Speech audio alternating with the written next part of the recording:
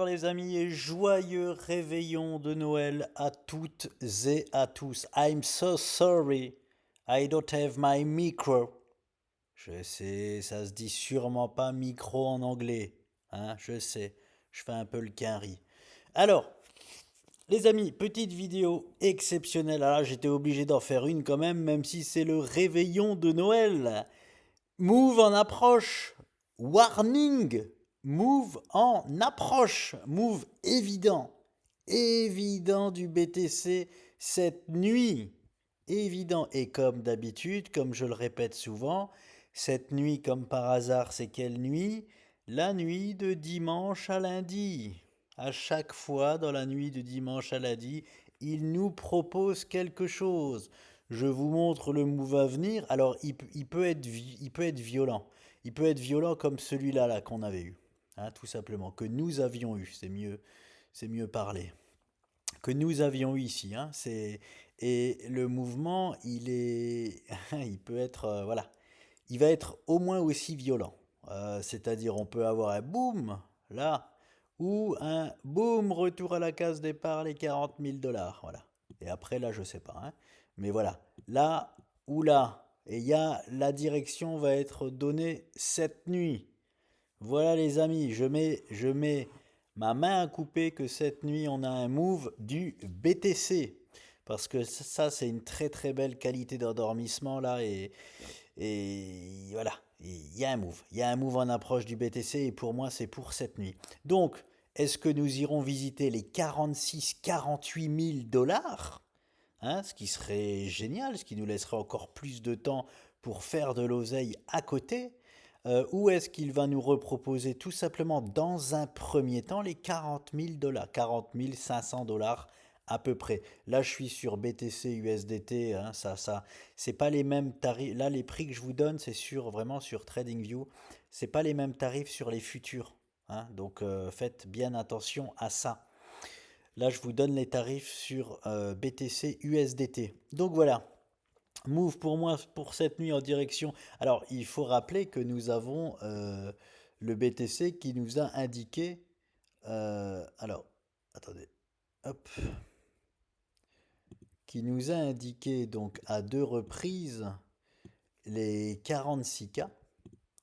Voilà, nous avons ici, hop, 46 300 plus 7, je vais pas sur. Oh, c'est déjà hyper surchargé. Je vais déjà vous. Ah non, j'ai enlevé la belle séance. Ah, je sais pas si vous avez vu, mais en fait, ce que je vous avais dessiné là, hop, hop, hop, c'est une petite tasse à café. Et là, j'ai dessiné des petits trucs comme la vapeur, voilà, un peu de vapeur d'eau hein, qui s'échappe du café. C'est une tasse à café, une tasse séance. Elle est magnifique. Elle est juste magnifique. Sur les plus hauts en plus.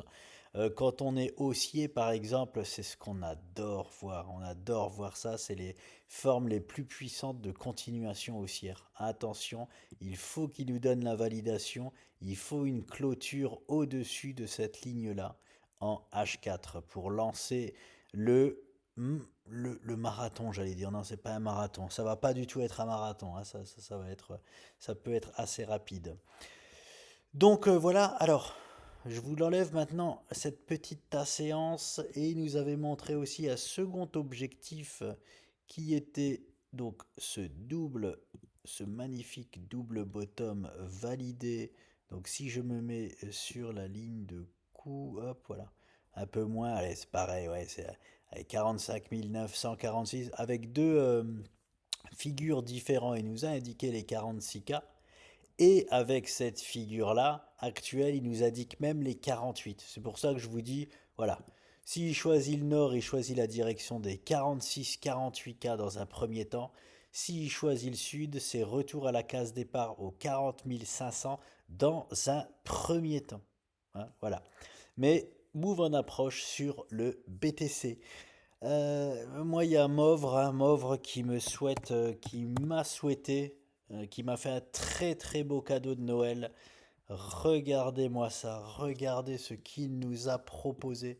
C'est d'une beauté sans nom. À un moment donné, les mecs, je vais vous dire, hein, quand on a à chaque fois 9 chances sur 10, hein, ça c'est tout à fait normal. Hein, et je m'attends à ce que ça le fasse beaucoup plus souvent que ça, hein.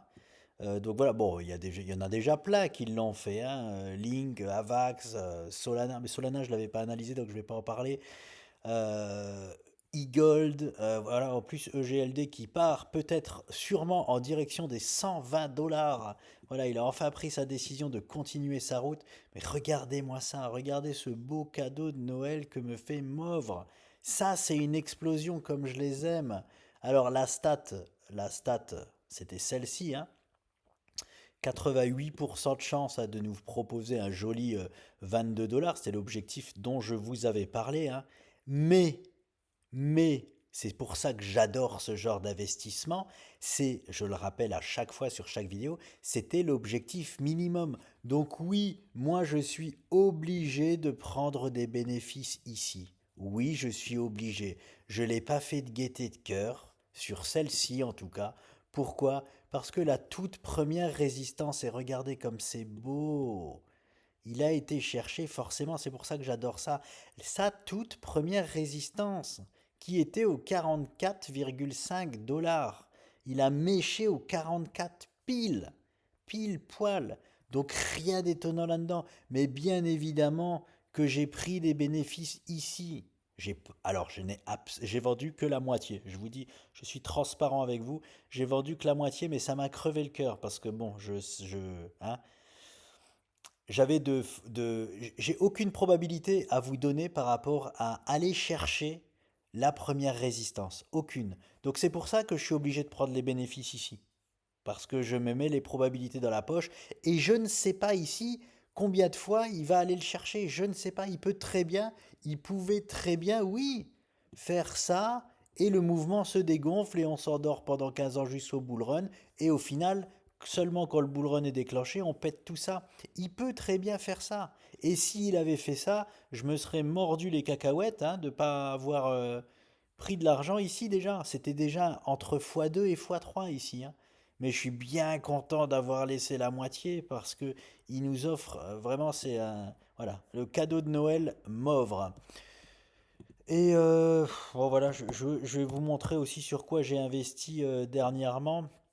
J'ai investi sur Sand dernièrement. Alors ça, je l'avais déjà noté il y a 2 3 mois, hein. Donc j'avais dû présenter Sand forcément parce que ça, je ne l'ai pas renoté. J'ai juste noté ceci et ceci.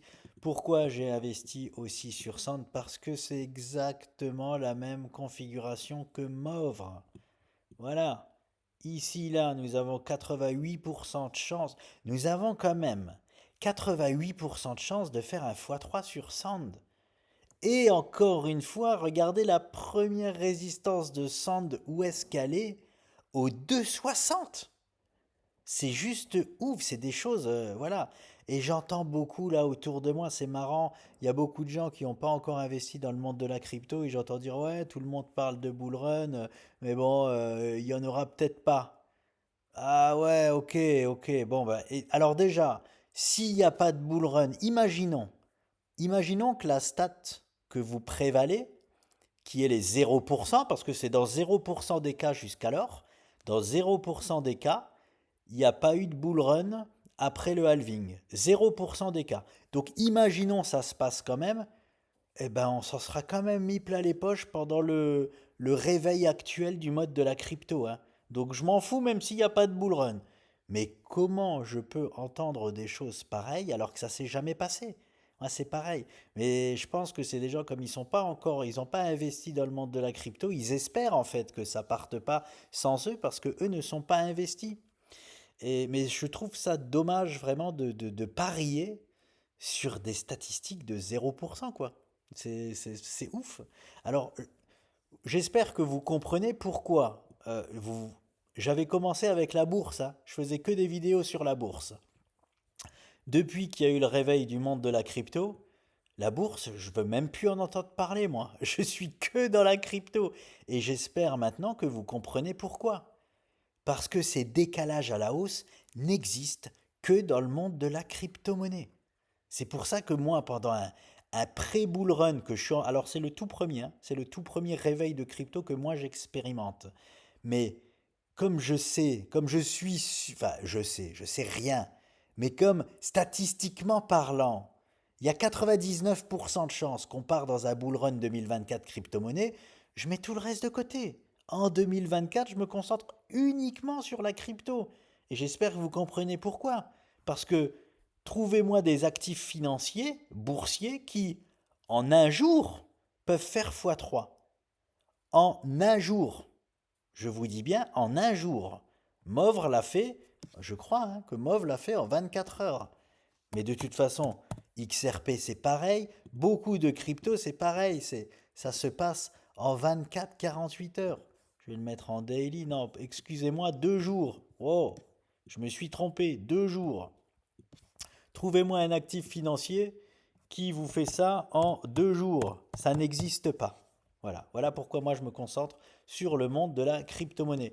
Donc pourquoi j'ai investi sur Sand? Parce que, comme je vous l'ai dit, alors déjà c'est un projet qu'on utilise déjà et qui, voilà, que je n'utiliserai pas, hein. Je n'utiliserai pas, je joue pas aux jeux vidéo.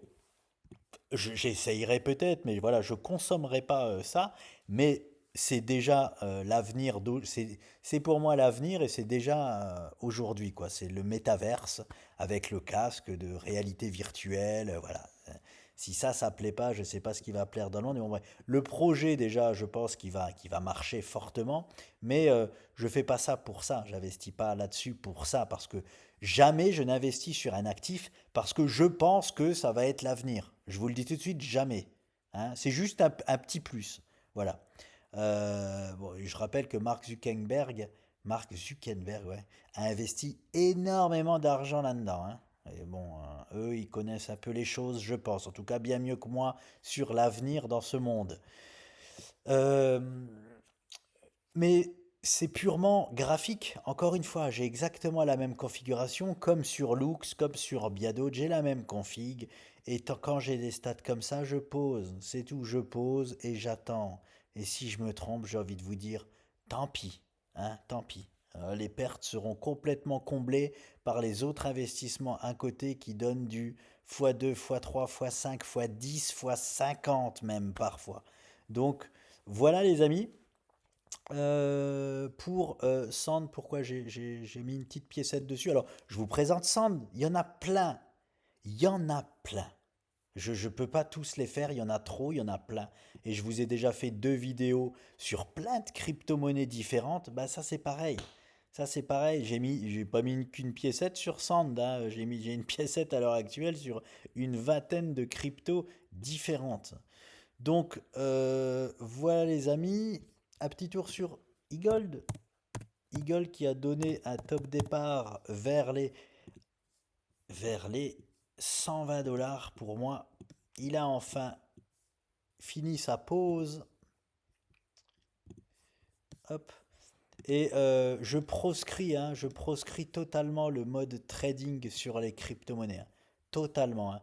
En tout cas, je crois que je l'ai déjà dit dans une vidéo, je le proscris totalement. Ça ne rapporte pas du tout autant que l'investissement, que ce soit avec ou sans objectif. Alors, le trading sera d'une aide et d'une aide cruciale pour des niveaux de prise de bénéfices et pour des retournements. Ça va être génial de s'y connaître au niveau trading pour passer en cash quand il y aura le retournement crypto-monnaie. Mais à l'heure actuelle, j'investis dans les cryptos. Je ne trade pas les crypto-monnaies. Je vous le dis très honnêtement parce que comme je vous ai dit, je ne suis pas full Bitcoin pour le moment, ni Ethereum. Je tradais contre du dollar et de l'euro. Non, ça rapporte pas autant.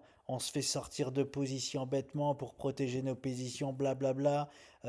Terminé. Je ne fais pas de trading en crypto. Je pose en bas, j'attends que ça déverse toutes, comment dire, ses bénéfices, tous les bénéfices que ça doit générer et je sors ou non. Hein. Moi, je prends des bénéfices, je me rembourse bien évidemment, et je surfe la tendance. Quand ça arrive sur des points exceptionnels, comme la Mauvre qui arrive sur les 45 dollars, exceptionnel, bah bien sûr qu'on peut prendre, hein, bien sûr que oui. Après, c'est sûr que c'est dommage si en fait ça pète tout et que ça fait comme INJ.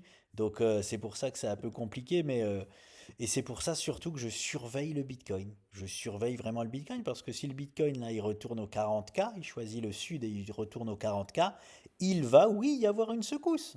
C'est-à-dire que, bah, pour prendre, on va rester sur les investissements que je fais. On va rester sur les investissements que je fais. Voilà. Pour prendre l'exemple de Movre, hop, qu'est-ce qu'une secousse du BTC et il réagit instantanément au BTC parce que tout en bas là-bas il avait réagi. Euh, Ça peut faire ça. Movre, qu'est-ce que ça peut répercuter? Imaginons cette nuit-là, le BTC va au 40K, eh bah oui, bah Movre il va faire ça. Voilà. Il va venir au moins se poser là. Ça fait une grosse perte, hein. Il est monté au 44, hein, les amis, hein. Ça lui fait perdre 50% de sa valeur, hein. Oui. Et encore, et encore. Le point, ça c'est même pas pour moi un point où il peut venir s'appuyer, hein. Le point où il peut venir s'appuyer, c'est ici. Voilà ce qu'une secousse du BTC peut faire sur Movre, le faire revenir aux 11 dollars. Vous imaginez? Donc c'est pour ça, hein, si on prend des bénéfices dans cette zone-là, personne ne se trompe, hein. De toute façon, quand on prend d'énormes bénéfices, personne ne se trompe pour moi. Donc voilà les amis, c'est pour ça aussi que je vous dis que je suis le BTC, hein. Si je vois le BTC, ouh là là, qui commence à décrocher, à valider un décrochage, et que là, je prends cet exemple-là, à quoi sert le trading? On est dans la zone là sur Movre, on est ici là, boum, on est là. Et je vois le BTC qui annonce un décrochage, alors fortement un décrochage, c'est-à-dire 8 chances sur 10 de décrocher, ah bah ouais, bah c'est cool de prendre les bénéfices. Parce qu'on sait que boum, alors Movre il n'a pas fini, hein. Movre il a atteint son premier objectif seulement, hein. Il a rien fait encore de mode bull run, hein. Movre, je sais même pas ce que c'est, mais il nous fait un réveil d'enfer. Et il peut, bah oui, il peut très bien retourner aux 400 dollars. Oui, pourquoi pas. Il a jamais encore vécu de bull run, Movre. C'est pour ça que j'aime bien aussi ce genre de crypto, parce que bah, il, qui dit il a jamais vécu de bull run, donc forcément, malheureusement, c'est très indécis, c'est-à-dire on ne peut pas voilà, faire trop de projections par rapport au prix futur de Movre, mais ça veut dire aussi que ça peut être comme acheter du Bitcoin avant même qu'il ait fait son tout premier bull run.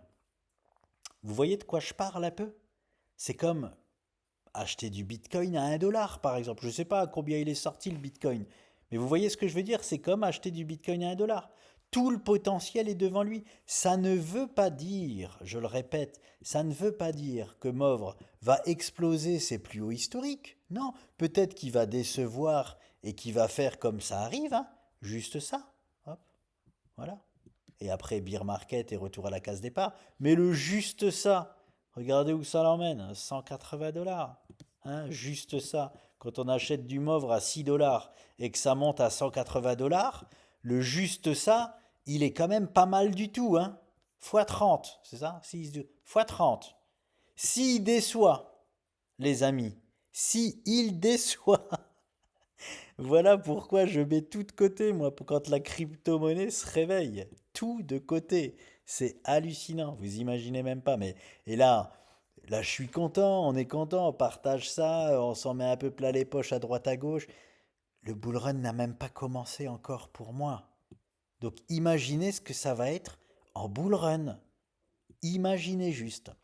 Donc voilà les amis, petite vidéo là-dessus. BTC c'est fait, c'est juste pour montrer le réveil de Movre.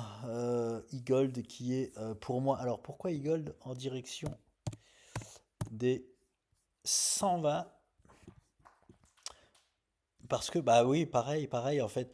Il avait son premier objectif donc aux alentours des 70 dollars. Alors ah oui, c'est pour ça aussi. J'avais pas fait gaffe que c'est peut-être pour ça aussi qu'il a mis autant de temps à aller plus haut, hein. Parce que vous voyez, il avait sa première résistance, E-Gold, ici là. Ce qui n'est pas le cas de Movre qui a tout de suite été cher. C'est comme si, ça, imaginez E-Gold, ça n'existe pas, ce poids-là dur ici, et il était ici. Ben, rien n'aurait empêché E-Gold de tout de suite aller chercher les 120. Là, pour l'instant, on a bien calé dessous.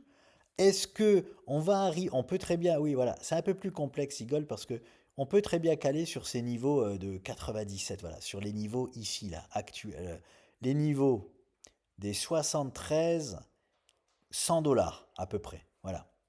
Il faut les percer. Si on les perce, plus rien ne nous arrête jusqu'aux 100, 120, $130. Voilà. Mais c'est pour ça qu'il y avait une zone. C'est une zone plus dure que par exemple pour Movre ou bien d'autres, parce que on avait un objectif minimum à atteindre, mais en plus de ça, une résistance chartiste. Donc voilà, Eagle aurait très bien pu au final en rester là. Aurait très bien pu en rester là. Mais non, il est en train de percer, il est en train d'y aller. Donc voilà, bon, je n'investis plus sur e-gold. Alors je n'investis plus sur e-gold. Bien sûr que je réinvestirai encore dessus, j'en ai en long terme du e-gold. Mais là, je privilégie vraiment les trucs qui peuvent faire x2, x3, x4. Hein. Parce que e-gold, même s'il va me chercher les 120, 130, bah, au final, il fait même pas un x2. Vous voyez ce que je veux dire? Alors qu'on a des choses qui peuvent faire à x3, x4 en 2 jours. Voilà, hein, je sais, voilà, c'est ça qui est compliqué dans le monde de la crypto, de privilégier tel ou tel investissement, comme ils délivrent tous des performances. Voilà, et j'ai XRP à l'œil, XRP peut très bien sortir du bois. Oh, j'avais pas du tout fait cette vidéo-là pour faire tout ça, mais XRP peut sortir du bois. Hein. Attention. Attention, attention. Pourquoi je vous dis ça? Qu'est-ce que j'ai remarqué? Alors, il va sortir du bois seulement si le BTC choisit le nord, hein, je vous le dis tout de suite. Hein. Si le BTC choisit le sud, XRP il redescend, il peut redescendre aux alentours des 57, 58 cents. Hein. Retour à la case départ ici, quoi. Il est, il va être vraiment, voilà, il va suivre ce que le BTC va faire. Mais si le BTC casse à la hausse, XRP peut très bien délivrer son move haussier. Il peut très bien délivrer son move haussier parce que là, il nous fait une belle. Alors, c'est pas aussi beau que le BTC, mais il nous propose, et c'est dur pour quelque chose d'aussi volatile que XRP, il nous propose quand même depuis quelques séances une stabilisation des bandes de Bollinger en H4.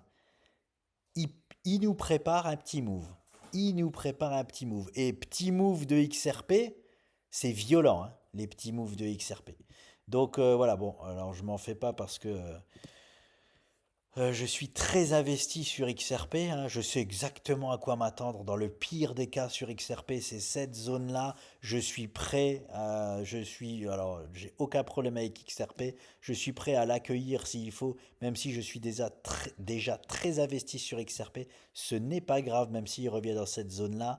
Ce que je veux dire, c'est que s'il casse pas maintenant à la hausse XRP, pour moi, c'est qu'une question de temps. Hein. C'est vraiment qu'une question de temps. XRP, pour moi, c'est du très très lourd. Voilà les amis, c'est déjà pas mal. Je vous souhaite un joyeux Noël à tous, un joyeux réveillon de Noël à toutes et à tous, et un joyeux Noël pour demain. À bientôt.